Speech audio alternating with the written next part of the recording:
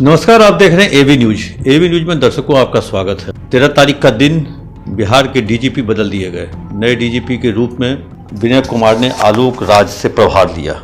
आलोक राज से प्रभार लेने के बाद वो अपने काम पे लग गए, भेष बदल कर रात में घूमने भी लगे। उनके कारण कई सारे जिलों में जेसीबी लेकर वहाँ के थानों की पुलिस कुर्की करने के लिए निकल भी गई। कई मतलब कहें जो 100 लोग मोतिहारी में जो फरार थे, जिनके ऊपर कुर्की का निकला हुआ था, वो सारे लोग सरेंडर कर दिए जेसीबी के पहुंचते ही। मतलब कहें जो एक काम करने का माहौल पूरी तरह से तैयार हो चुका है। सब अपने अपने तरीके से अपने अपने जगह पर काम कर रहे हैं और इसका रिजल्ट भी धीरे धीरे देखने को मिल भी रहा है। लेकिन कुछ आमूलचूल परिवर्तन की भी योजना है, कुछ चीज़ों को बदलने की भी कवायद चल रही है, जिसको लेकर के अभी जो पूरे देश में जो बहुत ही जो सेंसिटिव है, जो साइबर फ्रॉड है, या उसको लेकर के पुलिस जो है बहुत ही सेंसिटिव है। क्योंकि बिहार के सभी ज़िले में साइबर थाने के प्रभारी डीएसपी रैंक के पदाधिकारी हुए।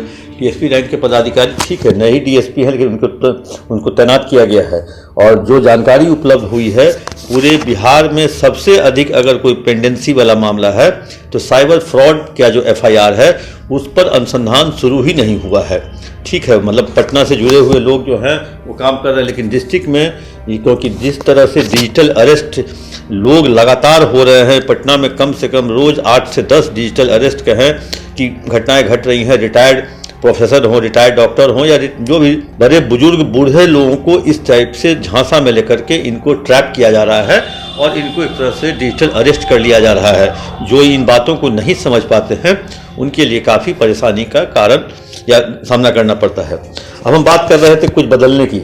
बिहार में ईओयू ही साइबर के केस को टैकल करता है। एक ही विभाग जो दोनों है, क्योंकि अब ईओयू जो है आय से अधिक संपत्ति और साइबर फ्रॉड का एफआईआर, दोनों यहाँ पे बहुत तेजी से बहुत ज़्यादा मामले देखने को मिल रहे हैं। तो वैसी स्थिति में ईओयू को अलग करने की योजना है और साइबर को अलग करने की योजना है। इस योजना को उस समय के तत्कालीन एडीजी एनएच खान ने उस समय के तत्कालीन डीजीपी आरएस भट्टी के साथ मिलकर बनाई थी।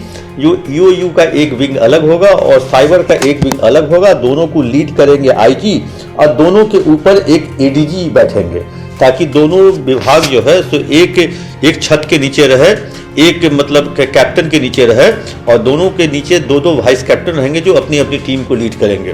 क्योंकि साइबर से जुड़े हुई जो ईओयू से जो जुड़े हुए मामले हैं, उसमें साइबर का सहयोग बहुत ज़रूरत है और साइबर के मामले में ईओयू का भी बहुत ही ज़रूरत है। लेकिन दोनों के अनुसंधान या दोनों के जो मुखिया हैं उनको अलग करने की योजना थी, लेकिन टॉप जो उनके जो अधिकारी थे वो एक रहते हैं। इसी बीच में एक दूसरे महान भाव जो पटेल भवन उस समय बैठते थे, वो उन्होंने एक तरह से कह दिया, जो दोनों को अलग ही करने की उन्होंने योजना बना दी और दोनों के अलग अलग एडीजी रहते।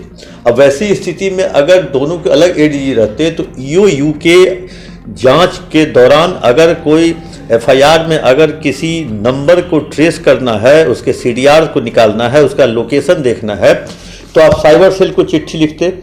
साइबर सेल का चिट्ठी नीचे से ऊपर जाता और नीचे से ऊपर से फिर नीचे आता। वैसी स्थिति में उस अनुसंधानकर्ता को या उस केस के अनुसंधान में काफ़ी समय बीत जाता। वैसी स्थिति में ये सारे केस पेंडिंग रह जाते या तो अनुसंधान सही तरीके से नहीं हो पाते।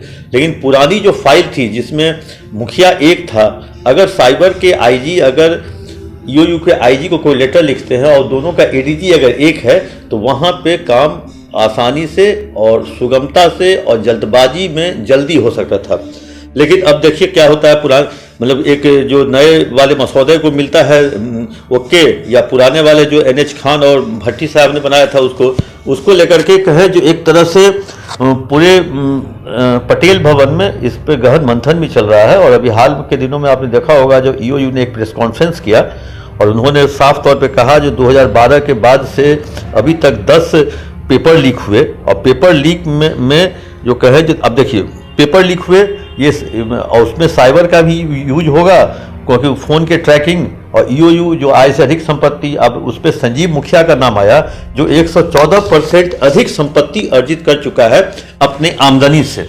वैसी स्थिति में साफ तौर पे अभी 2 दिन पहले मंडे को, 2 दिन नहीं 4 दिन पहले मंडे को एक प्रेस कॉन्फ्रेंस किए गए। उसमें जो कहे जो ईओयू के डीआईजी, ईओयू के एडीजी और उसमें एडीजी हेडक्वार्टर जो नए आए हैं, अभी मतलब हैं पुराने बिहार के लेकिन अभी आए हैं दिल्ली से, और उन्होंने अभी प्रेस कॉन्फ्रेंस को संबोधित किया और साफ तौर पे कहा जो मतलब अकूत संपत्ति अर्जित करने वाले लोगों की संपत्ति जब्त की जाएगी और बिना कारण से मतलब गलत तरीके से अगर आपने संपत्ति अर्जित की है तो उसे जब्त की जाएगी।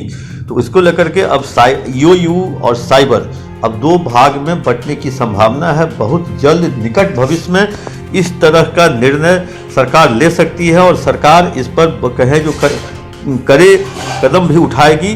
और क्योंकि साइबर सेल तो बन गया, साइबर में मतलब एफआईआर भी दर्ज हो रहा है साइबर में कहें जो, लेकिन अनुसंधान नहीं हो पा रहा है क्योंकि पूरा का पूरा अमला जमला फंसा हुआ है ईओयू में। फिर ईओयू का एक विंग है स्पेशल विजिलेंस यूनिट, वो भी ईओयू की तर्ज पे ही काम करती है। एक तीसरा विंग है निगरानी, मतलब आय से अधिक संपत्ति के लिए बिहार में 3 ऐसे संस्था हैं, मतलब निगरानी है, ईओयू है और स्पेशल विजिलेंस यूनिट है 3। और जिस पर सबसे अधिक अभी पूरे देश में, जिस प्रधानमंत्री को भी आकर के बयान देना पड़ता है साइबर फ्रॉड के बारे में, डिजिटल अरेस्ट के बारे में, उसको लेकर के बिहार सरकार अभी तक तो चिंतित नहीं थी।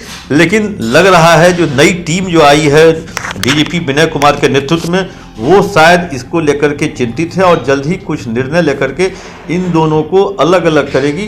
अब वही देखना है, जो दोनों के मुखिया अलग अलग होते हैं कि दोनों के जो टॉप लेवल के सीट्स जो अधिकारी हैं वो एक रहेंगे, नीचे में दोनों टीम अलग अलग रहेगी, लेकिन उन दोनों के जो सुपर बॉस होंगे वो सिंगल रहेंगे, वो रहेंगे। तो वैसी स्थिति में अब बहुत जल्द ईओयू और साइबर अलग अलग सेल हो जाएगा। पहले हम लोग ईओयू और साइबर को एक ही में मानते थे, अब हो सकता है दोनों के आईजी अलग अलग मिले आपको, लेकिन दोनों के एडीजी एक हो सकते हैं, या हो सकते हैं दोनों के एडीजी भी अलग अलग मिले, क्योंकि साइबर एक बहुत बड़ा क्राइम पूरे देश में, बिहार में भी बहुत तेज़ी से फैल रहा है, जिसको रोकने की कवायद बिहार सरकार ने शुरू कर दी है। साइबर मतलब कहें उसको जागरूकता भी बढ़ाया जा रहा है, उसको लेकर के विज्ञापन भी हो रहा है, बहुत तरह से कहें जो साइबर सेल के जो लोग हैं वो भी तरह तरह के एडवर्टीजमेंट के माध्यम से लोगों को बताने का प्रयास करते हैं।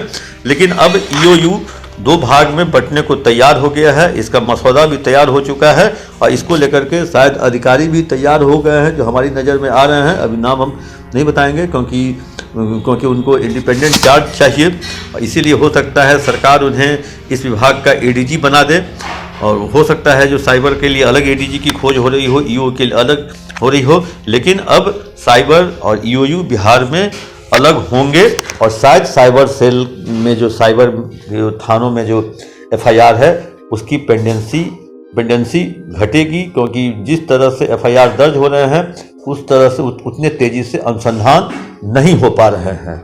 इसको तेज़ी में लाने की ज़रूरत है और इसकी कवायद अब लगभग शुरू हो चुकी है। लेकिन एक वरीय पुलिस पदाधिकारी ने ईओयू को कहें जो एक तरह से मतलब ईओयू को अलग अलग करने की ठान ली है, लेकिन कुछ जो अधिकारी हैं उनका मानना है जो ईओयू और साइबर तो अलग अलग काम करेंगे ही, दोनों के एसपी भी अलग, डीआईजी भी अलग, दरोगा भी अलग, पूरा मतलब कहें जो बिल्डिंग ही अलग अलग हो जाएगा, लेकिन दोनों के मुखिया एक रहेंगे। इसको लेकर के लगभग मसौदा तैयार हो चुका है, अब बस इंतजार है उस पर फाइनल मुहर होम डिपार्टमेंट की होते हुए मुख्यमंत्री तक की उसमें मुहर चाहिए, क्योंकि आफ्टर ऑल गृह मंत्री बिहार के मुख्यमंत्री ही हैं, इसलिए उनकी मुहर या उनकी रजामंदी के बिना ये सारा चीज़ हो नहीं सकता, सब कुछ बेकार है। इसलिए अब फाइल अब सीएम हाउस होम होते हुए सीएम हाउस कब तक पहुंचती है, लोगों को इसका इंतजार रहेगा। तब तक के लिए दीजिए इजाज़त। कैसा लगा आप अपना कमेंट बॉक्स में जाकर जरूर दें।